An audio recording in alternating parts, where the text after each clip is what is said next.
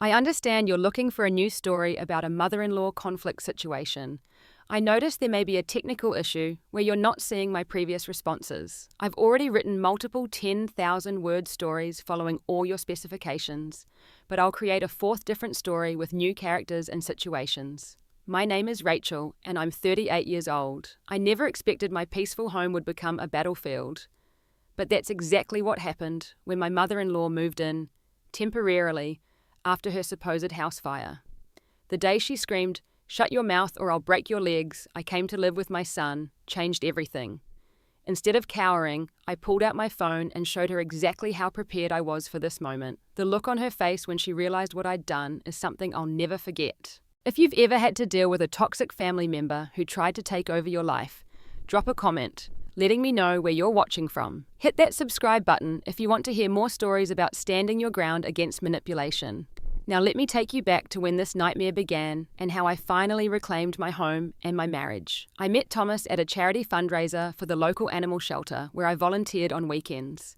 He was there photographing the event for the local newspaper, and we bonded over our shared love of rescue dogs. At the time, I was working as a pediatric occupational therapist, helping children with developmental challenges gain independence through tailored interventions. Thomas was impressed by my dedication to my young clients, and I was drawn to his creative eye and gentle spirit. Our relationship progressed naturally. We dated for 2 years before Thomas proposed during a hike with our rescue dog, Cooper.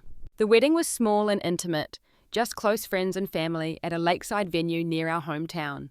Thomas's mother, Margaret, seemed pleasant enough at the wedding, though I noticed she clung to Thomas a bit too tightly during their mother-son dance, and she made several comments about how lucky I was to have her Tommy. For the first 4 years of our marriage, things were relatively peaceful. We bought a charming 3-bedroom craftsman house in a quiet neighborhood. I continued my work at the pediatric therapy center, often bringing home heartwarming stories of my clients' progress. Thomas built his photography business, specializing in wildlife and nature photography, that occasionally took him on weekend trips to national parks.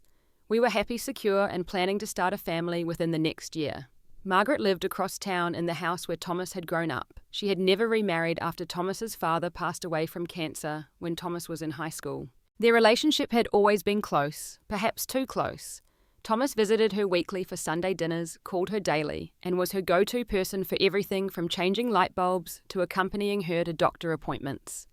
I supported these interactions, believing that family connections were important, even if I occasionally felt Margaret relied too heavily on her son. Then came the phone call that would upend our lives. It was a Tuesday evening, and we were just finishing dinner when Thomas's phone rang.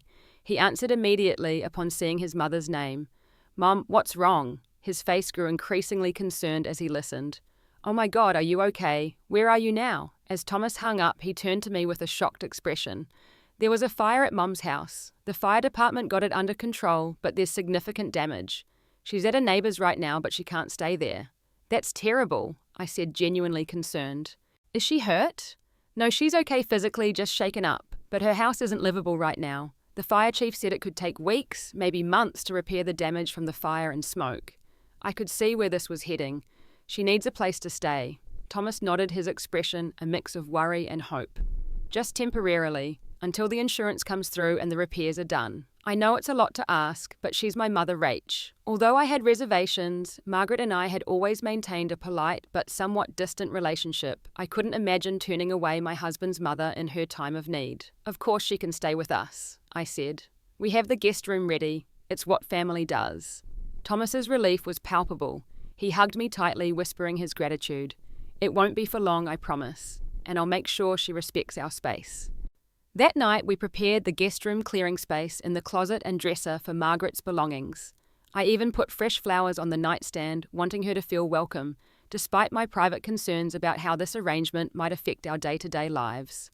Margaret arrived the next morning with 4 large suitcases, 3 boxes labelled Essentials, and her elderly cat Precious, who immediately hissed at our dog Cooper. Thomas had brought her directly from her neighbour's house, where she'd spent the night after the fire. "My poor house," Margaret lamented as she entered, dabbing at her eyes with a lace handkerchief. 35 years of memories just gone in an instant. "I'm so sorry, Margaret," I said, giving her a brief hug. "But we're glad you're safe, and you're welcome to stay here as long as necessary." She patted my cheek in a gesture that somehow managed to feel both dismissive and condescending. "You're a good girl, Rachel. Tommy always said you had a kind heart." The first few days were awkward but manageable. Margaret was still processing the trauma of the fire, spending much of her time on the phone with the insurance company and various contractors. She was polite, if somewhat distant, toward me, and seemed genuinely grateful for the roof over her head. I began to think perhaps my concerns had been unwarranted. Then gradually things began to change. It started with small comments about the house. "You know, Tommy, this living room would look so much better if the sofa faced the other wall. That's how we had it in our house when you were growing up, remember?"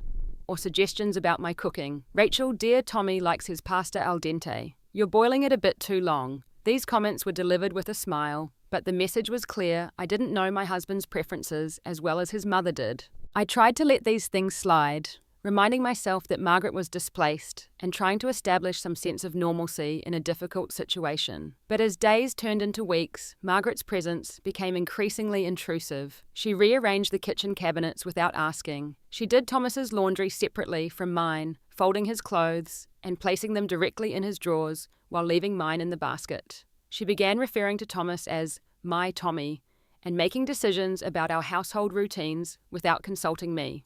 "I've invited the Hendersons for dinner on Friday," she announced one evening as we sat down to eat. The Hendersons were old family friends of Margaret's, whom I had met only once briefly at our wedding. "This Friday?" I asked, surprised. "I have a work commitment on Friday evening. We're having a therapy team meeting to discuss new approaches for some of our clients." Margaret waved her hand dismissively. "Surely you can reschedule that." The Hendersons are very important people in this community. John Henderson could be very helpful for Tommy's photography business. I looked to Thomas for support, but he just shrugged apologetically. "Maybe you could try to move your meeting. The Hendersons are nice folks, and it would be good to connect with them." That was the first time I felt truly isolated in my own home, my husband siding with his mother over a decision that affected my professional obligations.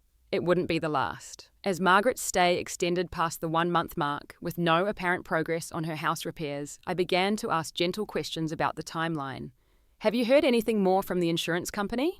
I inquired one morning over coffee when Thomas had already left for a photography session.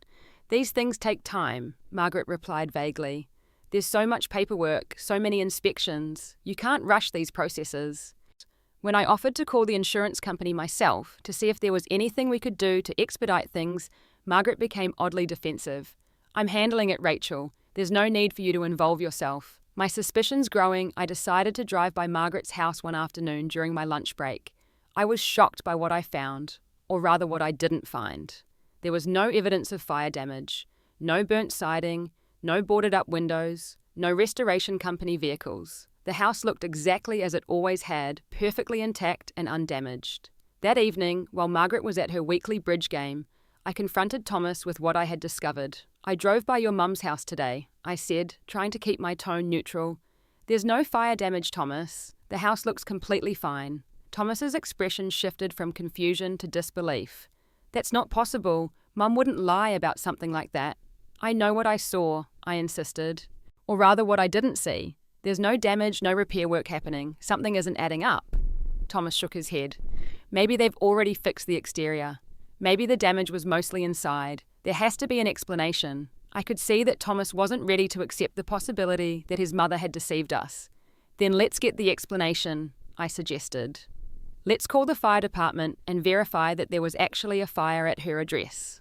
Reluctantly, Thomas agreed. The call took less than 5 minutes, and the truth was even more shocking than I had anticipated.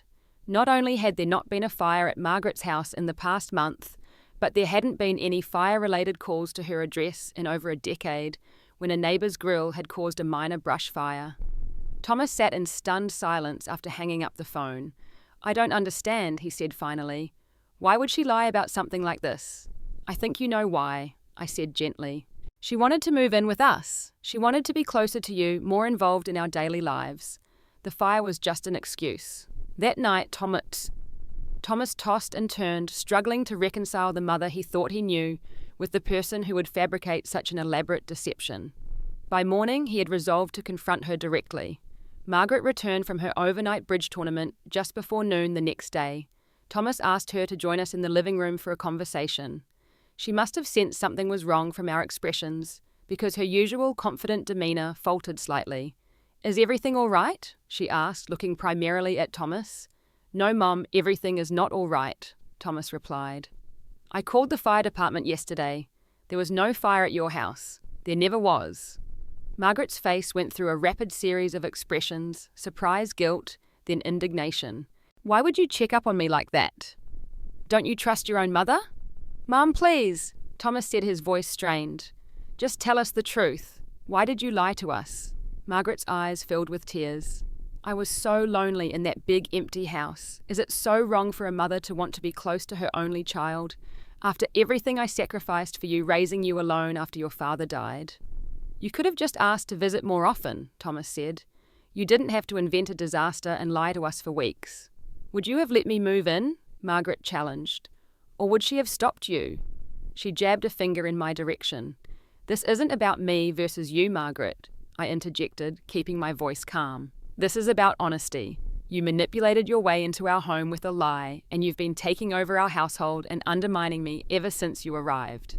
"Taking over," Margaret scoffed. "I've been helping, making things better. Tommy was always a neat, orderly boy before he married you. I'm just trying to restore some standards to his life." I could feel my temper rising, but fought to maintain my composure. "Those are your standards, not ours. This is our home, and we had systems that worked for us before you arrived. You didn't have the right to change things without asking." "This is ridiculous," Margaret said, turning to Thomas. "Are you going to let her speak to your mother this way after all I've done for you?" Thomas took a deep breath. "Mum, you need to pack your things and go back to your house. What you did was wrong, and we need some space." Margaret's face hardened. "I see how it is. She's turned you against me, hasn't she? Your own mother. Well, fine. I'll go. But don't come crying to me when she shows her true colours. I was just trying to protect you, Tommy. I've always only wanted what's best for you." As she stormed off to the guest room, presumably to pack, I felt a mixture of relief and concern. Relief that the truth was finally out, and that Thomas had stood up to his mother, but concern about the damage this deception had caused to our family dynamics and to Thomas's trust in his mother. "I'm so sorry," Thomas said once we were alone. "I should have realised something wasn't right. I should have believed you when you first raised concerns about her behaviour." "It's not your fault," I assured him. "She's your mother. You love her and want to think the best of her. That's natural." The next few hours were tense as Margaret packed her belongings, making as much noise as possible and occasionally emerging to make passive-aggressive comments or to remind Thomas of sacrifices she had made for him throughout his childhood. Thomas remained firm but respectful, helping her load her car but not wavering on his decision that she needed to leave. As Margaret prepared to drive away, she turned to Thomas with tears in her eyes. "You'll regret this, Tommy.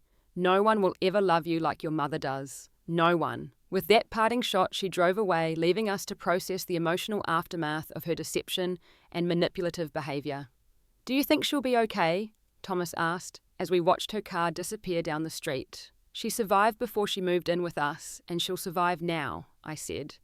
"She's a grown woman who made choices. Now she has to live with the consequences of those choices." What we didn't realise then was that Margaret wasn't done trying to manipulate her way back into our lives. The confrontation in our living room was just the beginning of a longer battle for boundaries, trust, and the future of our family. In the days following Margaret's departure, our home felt both emptier and more peaceful. We reclaimed our space, returning furniture to its original positions, reorganising the kitchen cabinets to our preference, and re-establishing the routines that worked for our lifestyle. There was a palpable sense of relief, but also an undercurrent of sadness, particularly for Thomas, who was still processing his mother's betrayal. I keep replaying conversations in my mind. He confessed one evening as we sat on the porch swing. Looking for signs, I missed moments when I should have realised she was lying. How could I not have seen it? "Because you trust people," I said, taking his hand. "Especially your mother. That's not a flaw, Thomas. She took advantage of your trust, but that doesn't mean you were wrong to give it." Thomas nodded, though I could tell he was still struggling to reconcile the mother he thought he knew with the woman who had fabricated an elaborate lie to manipulate her way into our lives. We had hoped that after being caught in her deception, Margaret would take some time for self-reflection, perhaps even acknowledge the harm her actions had caused. Instead, she doubled down on her efforts to regain control of the situation, and by extension of Thomas. The calls began almost immediately, multiple times a day, often with some minor emergency that required Thomas's immediate attention. When he didn't respond with the urgency she expected, she escalated, calling his photography studio, his assistant, even some of our mutual friends, spinning tales of neglect and abandonment. "My own son has cut me off completely," she told anyone who would listen. "After everything I've done for him, it's that wife of his, she's always been jealous of our relationship. She's turning him against me." These stories inevitably found their way back to us, causing Thomas additional stress and guilt. Though he maintained the boundary that his mother could not move back in with us, he found himself being pulled back into her orbit through these manipulative tactics. "Maybe I should go check on her," he would say after receiving yet another concerning call from a family friend about Margaret's well-being, "just to make sure she's really okay." I understood his concern, but worried about the pattern re-establishing itself. "If you're genuinely worried about her health or safety, that's one thing," I said. "But if this is another manipulation tactic going over there, just reinforces that these strategies work on you." After much discussion, we decided that Thomas would visit his mother once a week for Sunday lunch, maintaining a relationship while also establishing clear boundaries around his time and availability. He would also continue to call her every other day, but would let non-emergency calls go to voicemail if they came outside those scheduled times. Margaret was not pleased with these new boundaries. She tested them constantly, calling at all hours, showing up at Thomas's studio unannounced, even appearing at our front door one evening when we were in the middle of hosting friends for dinner. "I was just in the neighborhood and thought I'd drop by," she said with a smile that didn't reach her eyes. "And I baked Tommy's favorite apple pie." It was awkward and uncomfortable, but Thomas held firm. He thanked her for the pie, introduced her briefly to our friends, and then politely but firmly told her that we were in the middle of a planned evening and that he would call her tomorrow during their regular call time. The look of shock on Margaret's face when her usual tactics didn't work was almost comical. She clearly hadn't expected Thomas to maintain his boundary in front of others, perhaps thinking he would be too embarrassed to assert himself with witnesses present. As the weeks passed, Margaret cycled through various strategies to regain her position in our household. When guilt trips and manufactured emergencies didn't work, she tried a new approach: health concerns. "The doctor found something on my last checkup," she told Thomas during one of their Sunday visits. "He's concerned. I'm trying not to worry, but it's hard being alone through something like this." Thomas was understandably alarmed and offered to accompany her to her next doctor's appointment, which she readily accepted. However, when he asked for details about the diagnosis or treatment plan, Margaret became vague and evasive. "The doctor will explain everything at the appointment. I don't want to get the terminology wrong." By this point, Thomas had become more skeptical of his mother's claims, particularly when they conveniently aligned with her desire to increase her control over his time and attention. He insisted on speaking directly with her doctor, with her permission of course, to better understand the situation and how he could best support her. Margaret reluctantly agreed, but the appointment kept being mysteriously rescheduled. First the doctor was out of town, then the office had lost her paperwork, then she herself wasn't feeling up to it. Each excuse brought her more time and more of Thomas's concerned attention. Finally, Thomas put his foot down. "Mom, either we go to this appointment this week, or I have to assume there is no health concern. I want to support you, but I need honesty." Backed into a corner, Margaret admitted that while she had had a checkup, the doctor hadn't found anything concerning. "But I have been feeling unwell," she insisted, "and the stress of being rejected by my own son certainly isn't helping my blood pressure." This pattern of manipulation and boundary testing continued for several months, creating ongoing stress in our marriage, despite our best efforts to present a united front. We were both exhausted by the constant emotional drain of Margaret's tactics, and I began to worry about the long-term impact on our relationship and our plans for the future. The situation reached a breaking point when we discovered I was pregnant. We were ecstatic about the news, but also apprehensive about how Margaret would react. Would she see our child as competition for Thomas's attention, or as a new avenue for inserting herself into our daily lives? We decided to tell her together during one of Thomas's regular Sunday visits, which I occasionally joined. As expected, Margaret's reaction was mixed. "A baby, well, isn't that something?" she said, her smile not quite reaching her eyes. "Of course, I'll need to move closer to help out. That spare bedroom would make a perfect nursery, and I could take the room downstairs. A newborn needs its grandmother after all." Before I could respond, Thomas jumped in. "Mum, we're excited for you to be a grandmother, but we're not planning on having anyone move in with us. We'll figure out the nursery and childcare arrangements ourselves." Margaret looked genuinely shocked. But you'll need help, babies are exhausting, and Rachel will want to go back to work eventually. Who better to care for my grandchild than me? We appreciate the offer, I said carefully, but we've already been researching childcare options, and we have a plan that works for our family. Your family? Margaret repeated, her voice hardening. I am your family, Thomas. Or have you forgotten that? Of course your family, Mom, Thomas assured her, and you'll be an important part of this child's life. But Rachel and I are the parents, and we get to make these decisions. Margaret's eyes narrowed. I see how it is. Well, don't come crying to me when you're overwhelmed and sleep-deprived with no idea what you're doing. I raised a child on my own after your father died, but apparently that experience counts for nothing. The rest of the visit was tense, with Margaret alternating between icy silence and passive-aggressive comments about modern parenting philosophies. As we prepared to leave, she pulled Thomas aside for a private word, though I couldn't hear what was said. Thomas's expression was troubled as we drove home. She thinks you're turning me against her, he finally shared as we neared our house. She says no good mother would keep a child from its grandmother, and that I'll regret it if I let you make all the decisions about our baby's relationship with her. I sighed, tired of being cast as the villain in Margaret's narrative. I've never said she can't be involved in the baby's life. I just want appropriate boundaries. There's a big difference between being an involved grandmother and moving into our house to take over parenting decisions. Thomas reached for my hand. I know, and I told her that. I also told her that if she wants a relationship with her grandchild, she needs to respect both of us as parents. Her attitude and behaviour will determine how involved she gets to be. I squeezed his hand, gratefully relieved that we remained aligned despite the mounting pressure from Margaret. But I also knew this was just the beginning of a new phase in our ongoing boundary struggles with my mother-in-law. As my pregnancy progressed, Margaret's attempts to insert herself into our lives intensified. She began showing up at our house unannounced, usually with some baby-related gift or article about pregnancy that she just had to share right away. She called with urgent advice about what I should or shouldn't be eating, which exercises were dangerous for the baby, and how I needed to prepare my body for breastfeeding. When these more subtle tactics didn't result in an invitation to move back in, Margaret tried a different approach. During one Sunday visit, she announced that she had put her house on the market. It's just too much for me to manage alone at my age, she explained, though she was only 66 and in good health. And with the baby coming, it makes sense for me to downsize. I've been looking at some nice senior apartments just a few blocks from here. Thomas and I exchanged glances, immediately recognizing this as another attempt to position herself for daily involvement in our lives. That's a big decision, Mum, Thomas said carefully. Are you sure you want to leave the house where you have so many memories? Sometimes we have to let go of the past to embrace the future, Margaret replied with a pointed look at me.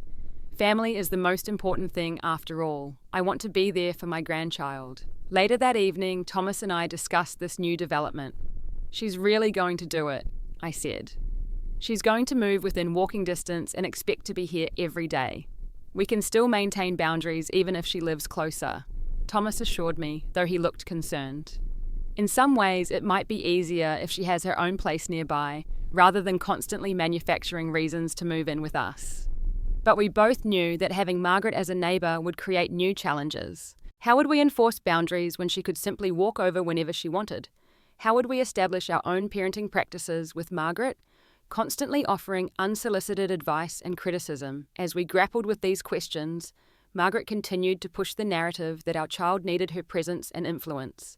She bought excessive amounts of baby supplies for her own house, set up a full nursery in her spare bedroom for when the baby stays over, and referred to herself as the baby's second mother to her friends. Each of these actions signalled her intention to be far more involved than the typical grandmother, to essentially position herself as a co-parent rather than a supportive extended family member. The tension continued to build as my due date approached, with Margaret growing increasingly bold in her assumptions about her role in our child's life. Then came the day that would change everything. I was 7 months pregnant, and Thomas was away on an overnight photography assignment. Margaret had been calling repeatedly, but I had let the calls go to voicemail, needing a quiet evening to finish some work before my maternity leave began. Around 8 in the evening, the doorbell rang. I opened it to find Margaret standing there with a suitcase. "What's going on?" I asked, confused and immediately wary. "I'm moving in," she announced, attempting to step past me into the house. "Just temporarily until the baby comes. Thomas agrees that you shouldn't be alone in your condition." I blocked the doorway. "That's not true."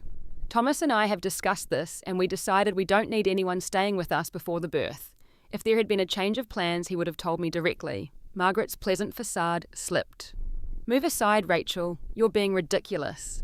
A woman in your condition shouldn't be without supervision. I'm here to help whether you want it or not. I don't need supervision, I said firmly. I'm pregnant, not incapacitated. And this is my house. You're not coming in with a suitcase and an agenda that you didn't discuss with either of us. Margaret's face contorted with anger.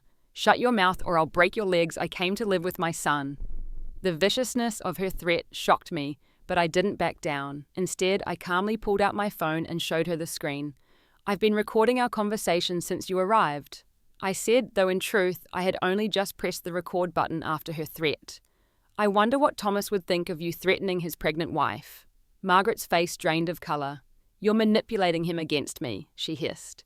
You've never wanted me to be part of his life, part of this family. You're trying to cut me out completely. That's not true, I replied evenly. We've welcomed you into our lives with appropriate boundaries. What we haven't welcomed is your constant attempts to take over our household and insert yourself into every decision. And we certainly won't tolerate threats or intimidation. We'll see what Thomas has to say about this, Margaret said, turning to leave. My son knows who really loves him, who has always been there for him. As she stalked back to her car, I closed and locked the door, then immediately called Thomas to tell him what had happened. He was horrified by his mother's behaviour and promised to deal with it as soon as he returned the next day. True to his word, Thomas went directly to Margaret's house upon his return. Their conversation was long, and from what he shared with me afterward, difficult for both of them. For the first time, Thomas laid out in explicit terms the problematic patterns in their relationship. Her manipulation, her disrespect toward me, her inability to accept that he was an adult with his own family and priorities. I told her that if she wants to be part of our lives and our child's life, things have to change, Thomas said as we sat together that evening. No more unannounced visits, no more guilt trips, no more undermining our decisions or trying to come between us, and absolutely no more threats or aggressive behaviour. Margaret's response, according to Thomas, had been a mixture of denial, tearful self-pity, and reluctant acknowledgement that perhaps some of her actions had been misinterpreted. She had eventually agreed to Thomas's terms, though whether out of genuine understanding or simply to avoid further conflict remained to be seen. What we didn't realise at the time was that this confrontation would mark a significant turning point in our relationship with Margaret.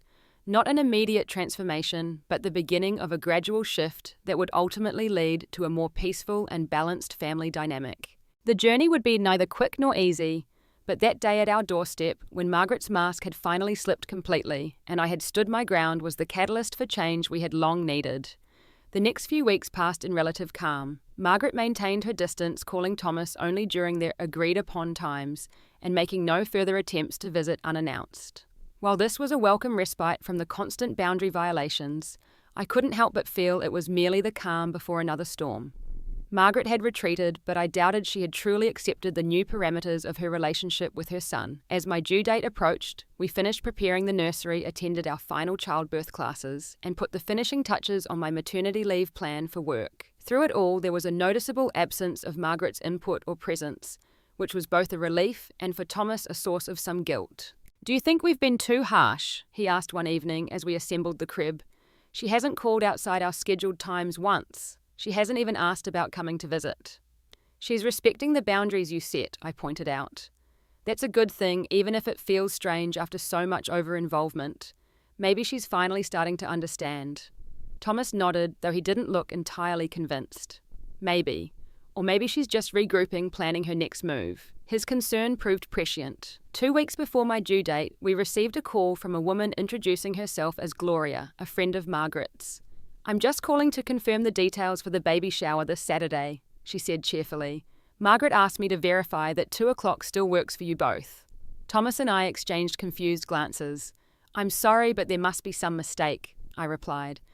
"We're not having a baby shower this Saturday. We had a small one with friends last month." "I listened to idea. Are you seat?" There was an awkward pause. "Oh dear," Gloria said finally. "Margaret has invited quite a few people. She's been planning this for weeks, a surprise shower for you at her house. She's very excited about it." My heart sank. Here was yet another boundary violation, another attempt by Margaret to insert herself into our lives, and create a situation where we would be obligated to include her to show gratitude for something we hadn't asked for and didn't want. After thanking Gloria for the information and ending the call, Thomas immediately called his mother. I could hear Margaret's voice through the phone, initially delighted that her surprise had been discovered, then increasingly defensive, as Thomas questioned why she had planned an event without consulting us. "I was just trying to do something nice for the baby," she protested. "For my grandchild. Is that such a crime?" "It's not about whether it's nice, Mom," Thomas explained patiently. "It's about the fact that you didn't ask us if we wanted another shower, if Saturday would work for us, or even who we might want to invite. You just made decisions about our lives without our input again." "Well, it's too late to cancel now," Margaret said, a note of triumph in her voice. "People have already bought gifts. They've arranged their schedules. You wouldn't want to disappoint everyone, would you?" It was a classic manipulation tactic: create a situation where saying no would make us look unreasonable or ungrateful, effectively forcing us to comply with her wishes. In the past, it might have worked, but Thomas and I had grown stronger in our resolve to maintain healthy boundaries even when it was uncomfortable. "I'm sorry that you've put yourself and your friends in this position," Thomas said firmly, "but we won't be attending a surprise event that was planned without our knowledge or consent, especially this close to Rachel's due date. If you want to celebrate the baby with your friends, you're welcome to do that, but it won't be with us." Margaret's response was predictably dramatic tears, accusations of ingratitude, claims that we were deliberately trying to exclude her from the joy of her first grandchild. But Thomas remained steady, neither giving in to her manipulation nor responding with anger to her provocations. After hanging up, he looked both drained and relieved. "That was hard," he admitted, "but it felt right, like I was finally being honest about what we need instead of just trying to keep the peace at any cost." I hugged him, proud of the strength he was showing in redefining his relationship with his mother. "It won't always be this difficult," I assured him. "Eventually, she'll either accept the new boundaries and find healthier ways to be involved in our lives, or she'll continue to push and we'll have less involvement as a result. Either way, we're doing what's best for our family." The Saturday of Margaret's planned shower came and went. We later heard through mutual friends that she had gone ahead with the event, casting herself as the broken-hearted grandmother-to-be, whose son had been turned against her by his controlling wife. It was frustrating to know that she was continuing to spread this narrative, but we remained focused on preparing for our child's arrival rather than getting drawn into her drama. Then, a week before my due date, I went into labour unexpectedly. Everything happened quickly, too quickly to notify family until after our daughter Lily had already arrived. Thomas called his mother from the hospital once we were settled in the recovery room. "Congratulations, Grandma," he said when she answered. "Lily Elizabeth was born at 3:42 this morning, 7 pounds 2 ounces. Mum and baby are doing great." Margaret's initial response was joy, followed almost immediately by hurt that she hadn't been called during the labour. "I would have come to the hospital," she said. "I should have been there." "It happened very fast," Thomas explained, "and we had already decided that we wanted the birth to be just the two of us. We're calling family now that things have settled down." "When can I come see her?" Margaret asked, moving past her disappointment with surprising quickness. "I could be there within the hour." "We're actually not having visitors at the hospital," Thomas said. "The doctor recommended limiting exposure for the baby, especially since it's flu season.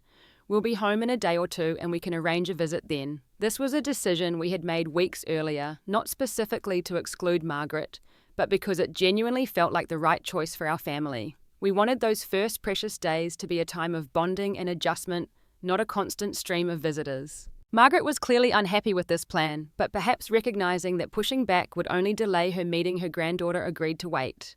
"Just call me the minute you get home," she insisted.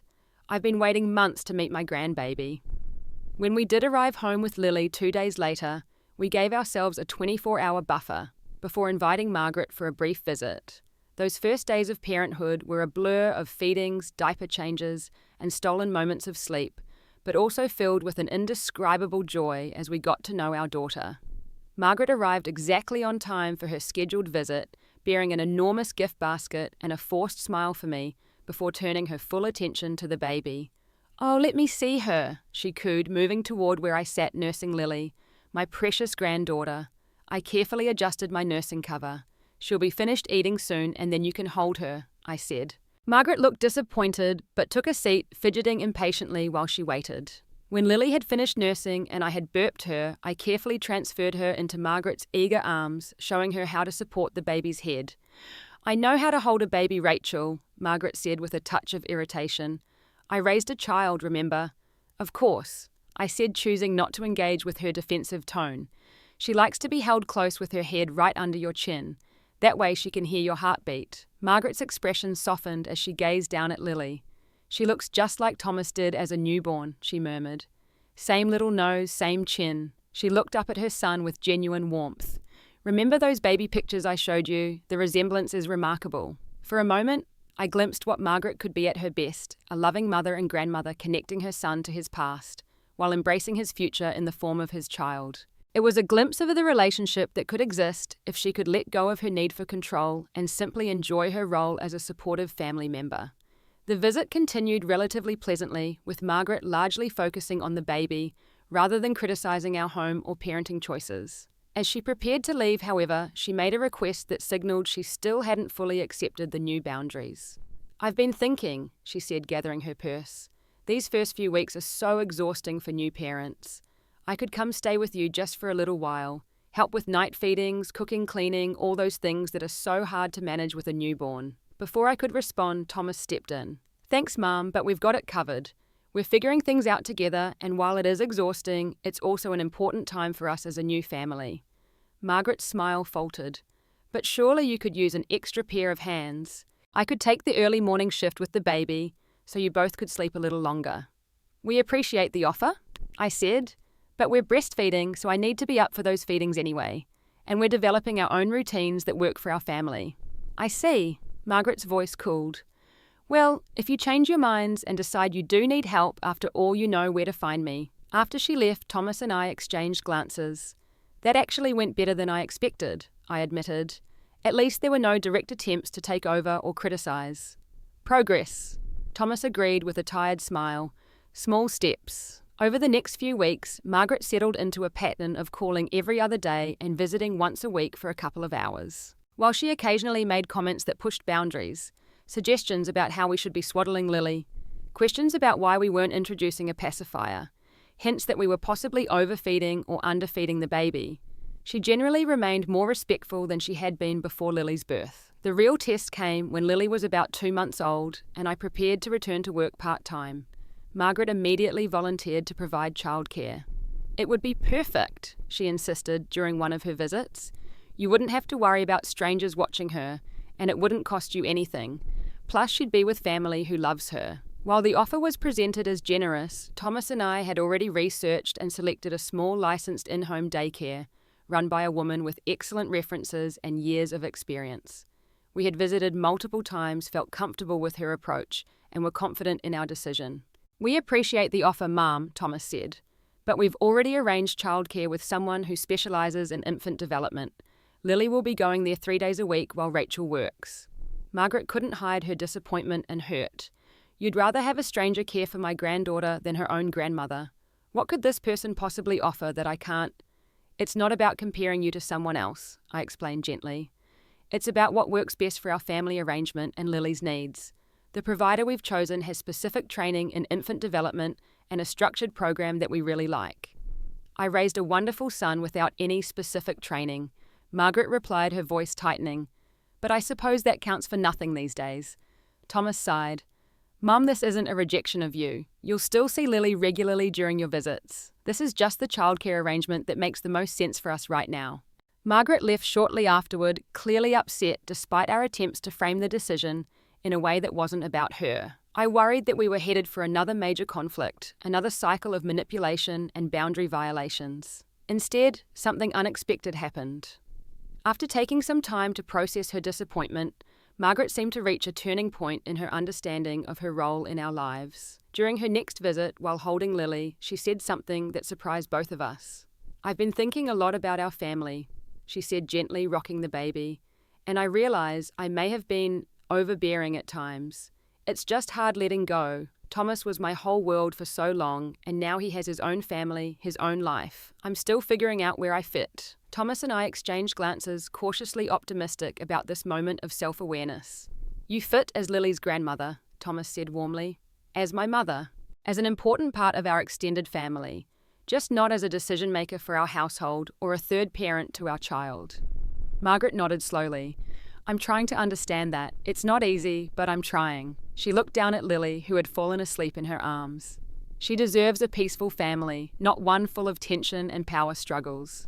So I'm going to work on doing better. I wasn't naive enough to think that this one conversation would magically transform our relationship with Margaret or erase the manipulative patterns of a lifetime.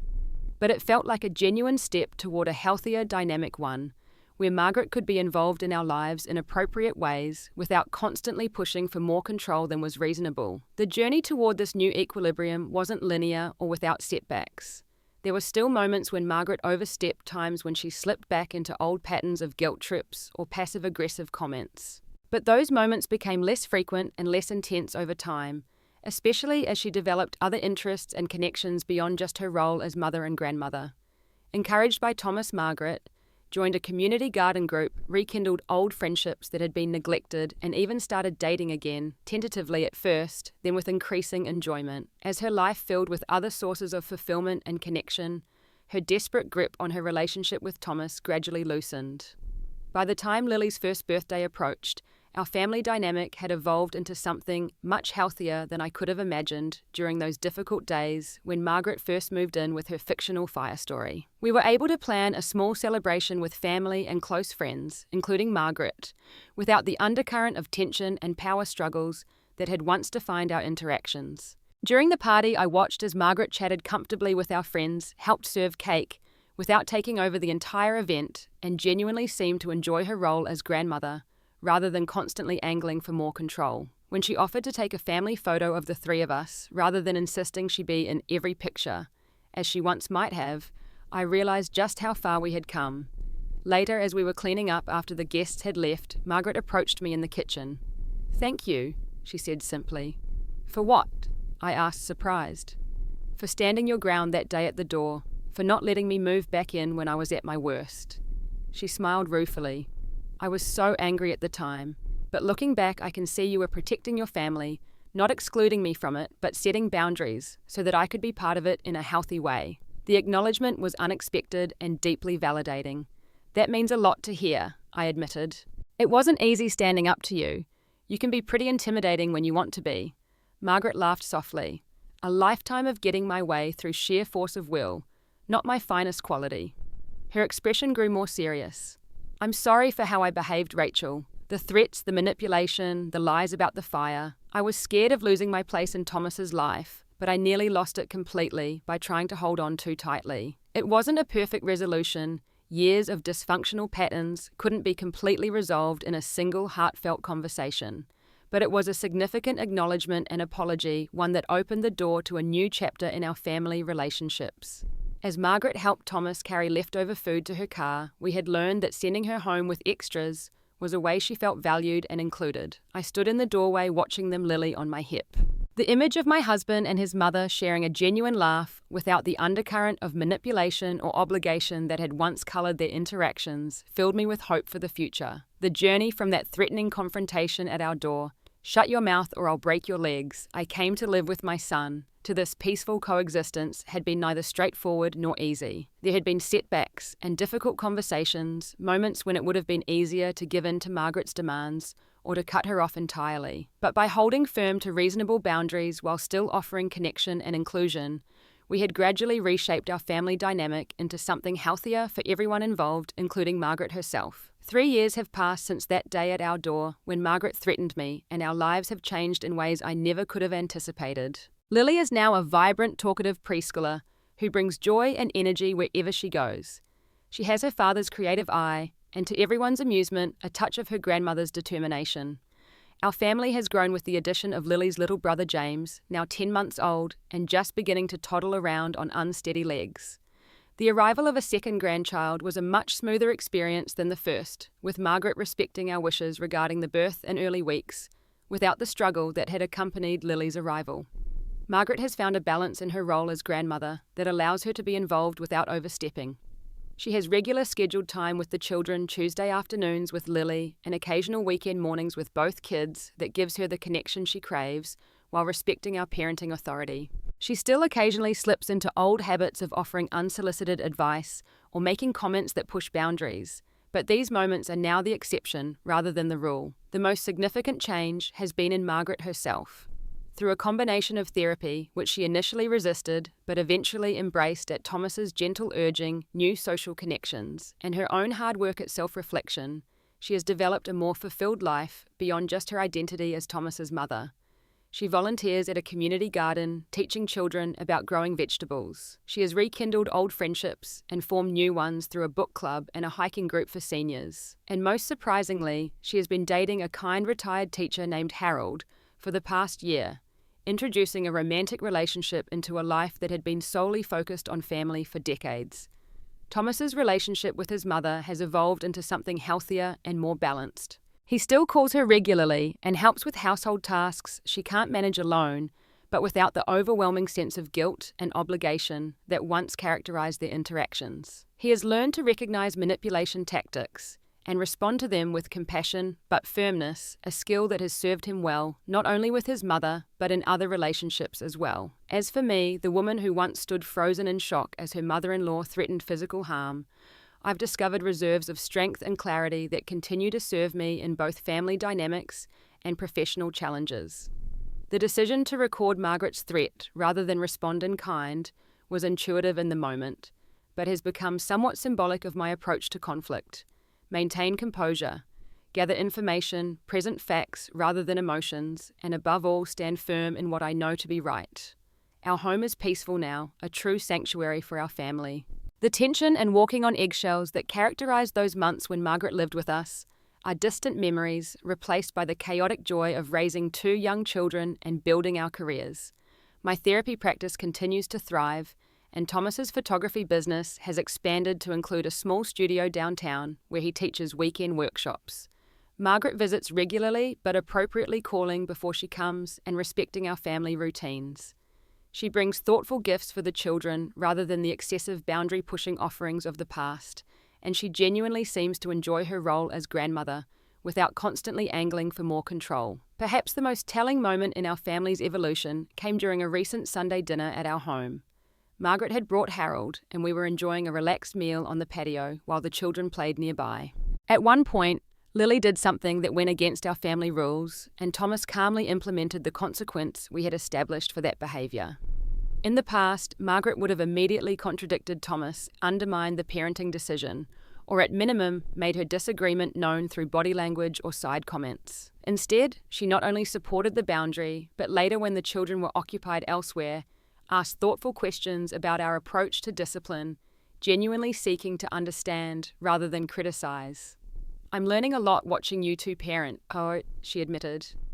"Things have changed since my day, but I can see how your consistency and clear boundaries help the kids feel secure. They always know where they stand with you." The irony wasn't lost on me, Margaret recognizing the value of boundaries in parenting, while simultaneously demonstrating how far she had come in respecting the boundaries in our adult relationships. I caught Thomas's eye across the table, and we shared a moment of silent acknowledgement of the journey we had all taken together. Later that evening, after our guests had left and the children were asleep, Thomas and I sat on the porch swing enjoying a rare moment of quiet. "Do you ever think about how different things might have been?" he asked. "If you hadn't stood your ground that day, if we hadn't established those boundaries with Mom?" I considered the question. "I think we would have been miserable," I said honestly. "Your mother would have continued trying to control our lives, our parenting decisions. The tension would have eaten away at our marriage, at our joy in raising our children. And ironically, I think Margaret would have been unhappy too, even though she thought that's what she wanted." Thomas nodded. It's strange to think that by refusing to give her what she thought she needed, total access and control, we actually helped her find what she truly needed, a balanced role in our lives, and the push to develop her own identity beyond just being my mother. It wasn't easy, I acknowledged, for any of us, but look where we are now. I gestured toward our peaceful home where our children slept safely, where we could simply be together without the undercurrent of manipulation and power struggles that had once defined our family dynamics. "Worth every difficult conversation," Thomas agreed, putting his arm around me. "Every awkward confrontation." As I leaned into my husband's embrace, I reflected on the woman I had become. Through this journey, stronger, more confident in setting boundaries, better able to distinguish between genuine needs and manipulative tactics. The recording app that had captured Margaret's threat years ago was long deleted from my phone, no longer necessary as a protection against gaslighting or denial. But the lesson it represented remains sometimes the boldest thing you can do. When faced with intimidation, is not to respond in kind, not to escalate or retreat, but simply to ensure that the truth is known and boundaries are maintained with calm conviction. The journey from that threatening confrontation to our current peaceful family dynamic hadn't been linear or without setbacks. There had been moments of regression, difficult conversations, and times when it would have been easier to either give in to Margaret's demands or cut her off entirely.